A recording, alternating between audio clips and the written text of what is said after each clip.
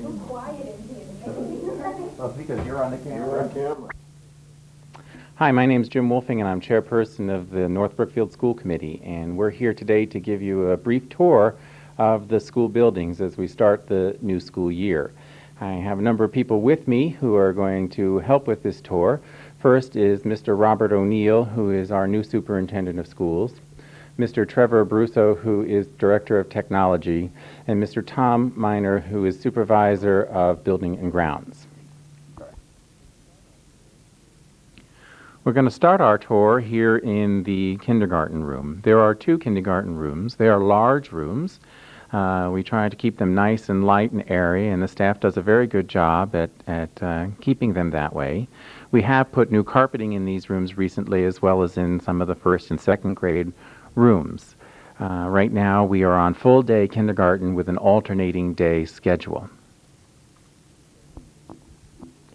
The kindergarten public schools to the parents and community. I would expect an activity-based, participatory, learning center kindergarten approach, and I would hope to spend some time sitting learning from some of the newer students. We encourage our parents to come and visit and become very actively involved as new parents and, in some instances, new to North Brookfield Public Schools. We move now to the elementary classrooms, focusing on grades 1 through 4. As you can see, the staff has worked very hard and diligently to make sure that everything is clean and spick and span for the arrival of the students next week. I have asked Trevor to come talk to us about the technology component as it relates to the 1st to 4th grades. The North Brookfield School System's technology plan approved by the state called for a pod approach, and that means 4 computers in grades 1 through 4. I'm happy to report that we're there. We've gotten 4 computers in each room in grades 1 through 4, and we'll be looking to maintain that, and everyone's on the internet and also on our network. Now that we've implemented the technology, we're going to work on how is it going to be used in the classroom, and that'll come through teacher development and professional development, both in-house and from outside sources. This year we're going to be looking to incorporate PowerPoint presentations, incorporating how a teacher is going to use the internet, and also how the teacher is going to be able to use our website so that parents and community can take a look and see what we're doing here with our technology. I think it's important for all parents to understand that the computers are going to be utilized as teaching tools. The most primary example of an effective use of the computer is in process writing. It's obvious that our students need to learn to write more efficiently, and the ability to use the computer to begin process writing, to do drafts, to edit, to understand and improve spelling and grammar is an extremely efficient opportunity for children. So it's important that we utilize computers to improve the learning processes. Most of you will recognize the Bell area in the elementary school. We're pausing here really to begin also to tell you a couple of programs that the school committee has voted to reinstitute, and they are class trips and after-school clubs. So your child will have an opportunity this year to choose from a number of clubs geared both at the elementary school level and then at the high school level. And we're hoping that each class, K through 12, will use some available funds for a class trip. The other area that we want to show you are the areas that most often are used by community members. And the first one of that, of course, is the gymnasium. Again, you can see how well the staff has prepared the building for opening and how in what wonderful shape the gymnasium is in. The gymnasium is used almost every single night, be it by student groups or by community members. which is also true of the auditorium is often used, as well as the cafeteria is often used. And we encourage use of the buildings and grounds by community groups. There is indeed a process that one goes through so that we don't have scheduling and conflicting scheduling errors, but we're very interested in the community and seeing these buildings as their resource. As a person new to North Brookfield, I have to say I'm completely impressed by the number of books available and by the way the library is incorporated into the fabric of the school.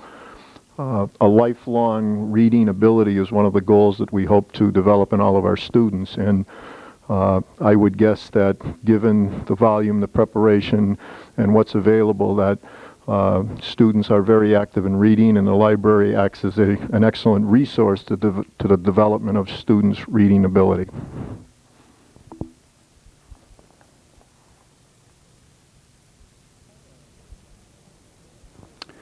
Part of the approach here in the North Brookfield Elementary School is to show that we understand that in some circumstances, teachers may need more than 4 computers in the classroom. And adjacent to the library is the elementary computer lab, where there are currently 13 computers in here for the students to use. Also, Ms. Murray teaches keyboarding in here to the younger students. We've just added in this room a scanner, which was given to us through Big Y Points. So it does pay. It does actually bring in equipment to the school, and we've had to do very little to do that. The last piece of our tour inside the elementary school building is here in a 7th and 8th grade classroom. Part of the issue with ending our elementary school tour in a 7th and 8th grade classroom is that the 7th and 8th grade classrooms are not supposed to be in the elementary school. They are indeed supposed to be over in the high school. But as you will see when we go over to the high school, we have severe space limitations in both buildings.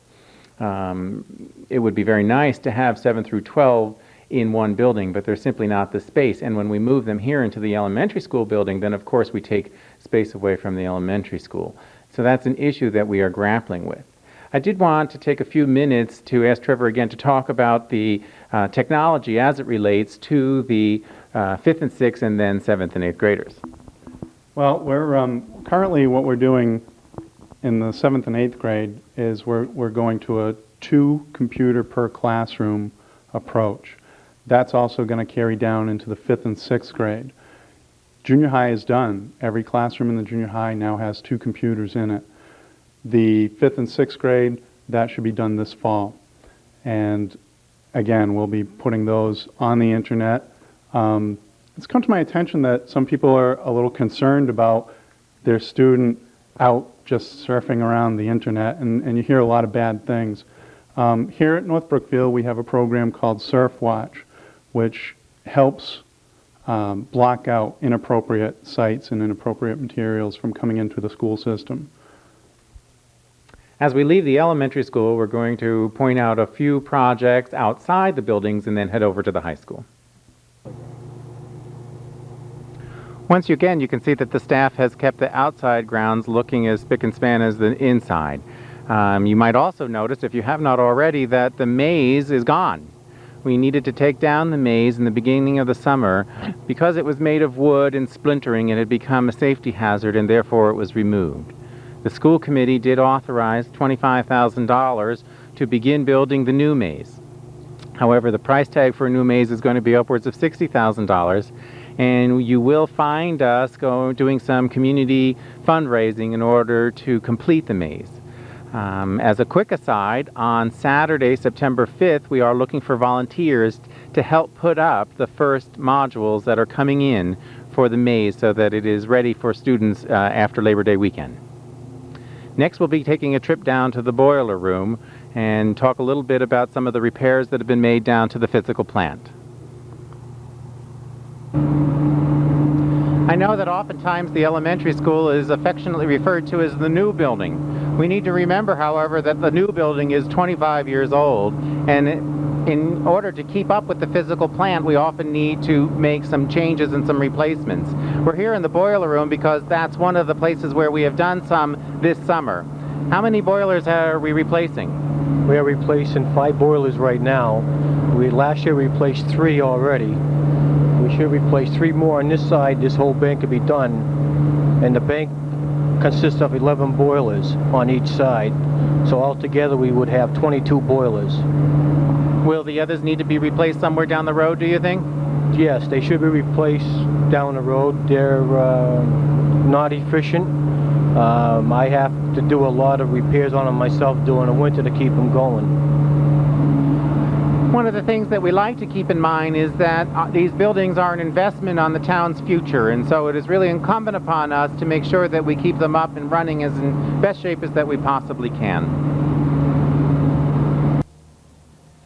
An outside view of the buildings would show you the satellite dish, and know that we receive many programs from the satellite. One of those programs is MSET, the Massachusetts Corporation for Educational Television. We have a lot of use of that, and in fact, townspeople can see what the students are seeing by watching Channel 9. One of those programs was a publishing program involving Mr. Rigney's English class, and indeed their work has been published and is even now available at the local town library. We also bring you out here because those of you who have been faithful enough to watch school committee meetings over the years know that we have been forever addressing the issue of safety of our students during drop-off. We have devised a plan at the end of last school year that worked real well. It has been completed this year with additional signs and this drop-off point. This is the point painted in red by our staff led by Tom Miner, so that parents would know exactly where the safe zone is to drop off their children so that they're not crossing through traffic. That would be for elementary students above kindergarten, first grade, which are dropped off in front of the building. Our tour now takes us to the high school, which is about as old as I am. We're going to begin talking about some of the incredible advances in technology here in this building and in the system, and I'll be turning the tour over to Trevor Bruso. Well, here we are in room 11 of the high school, and this is one of 3 labs now. We've added a new lab this summer, and what we've done is upgraded this lab and our other lab, room 15, and what we'll be doing is having our computer classes in both of these labs, and then Tech Ed will be dealing with the drafting lab. This is the lab in room 15, and I think it's important for the community to understand that these labs are open to them on Tuesday evenings from 4 to 7:30 during the regular school year. This is also where our adult training takes place, where we have basic PC literacy, we teach PowerPoint, Excel, and we'll be looking to add many more programs this fall. As you can see, and as Trevor has described, from an equipment point of view, North Brookfield is in fantastic shape. The primary need at this point is professional development. The state is requiring us to prioritize our work in 2 major areas: accountability of students and development of staff. The tremendous equipment and the opportunity we have to train staff is extremely important. The primary focus of much of our professional development will be training teachers to utilize the computers that you see and to become more effective in the use of the computers as instructional tools. Much investment and many resources will go into that training, but we think that investment in the long run will help all of our students do much better. Well, welcome to the new Tech Ed drafting lab. Some of you may recognize this room and wonder where the old drafting tables are. Unfortunately, as time marches on and progress takes over, most of the drafting now is done on computers, and so we've added this computer lab.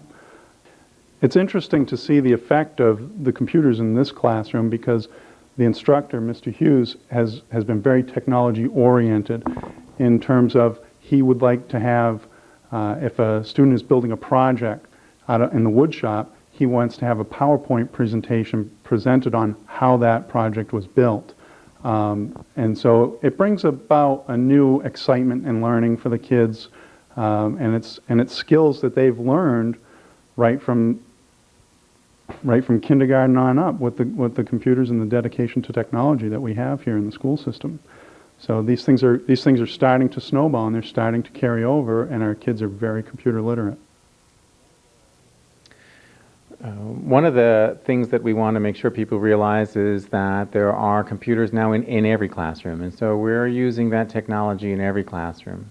One of the last stops of our tour is in a science lab. This is clearly an area where we need to do some work, and it is a high priority for us. The building, again, is nearly 50 years old, which makes the science labs indeed nearly 50 years old, and you probably all realize how much has changed in that time. So it is a priority for us to work on that. We do indeed have some limitations of the physical space. We'll be working with those limitations and looking to the future to see what the needs will be so that we can best meet the needs of our students in all areas of the curriculum in the coming decades. We are in the junior senior high school library now, and as Jim has described a need at the science level, there is also an obvious need at in the library area. As compared to our elementary unit with its 25,000 plus volumes, it's obvious that the volumes are limited and the space is limited. It's important that we understand that we cite these as needs and not excuses, that our effort and our intensity will be to improve and account for all student achievement. But we need to make every effort to provide the most exciting and most capable opportunity for students to achieve. And the library, as the science area, needs work. It will be a priority for us to try and access funding to improve these conditions so that students have the most optimum learning conditions. This has been my first tour of the North Brookfield school facilities and program opportunities. I have to say that I am, one, impressed by what has taken place and the opportunities that are here. We hope this is the first of many cable presentations to you, the community, to give you an idea of what is happening in our schools and what opportunities are here for your children. We encourage you to keep in touch with us, to let us know what you think, and we hope to be working with you to provide continuous information about what we do and how well we do it. We conclude our tour here in front of the high school. One comment that I would like to make in conclusion is we've spent a lot of time talking about technology. That's probably because we're very proud of the advances we've made in 3 short years, from very little technology in the buildings to now being one of the leaders in the area. We certainly have school systems that call upon us to ask us how we have accomplished so much being fiscally responsible at the same time. We, as you have heard, have a ratio of less than 4 students per computer system-wide and less than 3 in the high school. That's really a phenomenal achievement. But lest you think that all we do is involving technology, you should know that we're also very strong on the basics, and that the curriculum is a broad-based curriculum that meets all of the standards of Educational Reform Act. We are interested also in the body, developing a well-rounded student, body and mind. And again, I thank you for taking this tour with us of the North Brookfield Public Schools.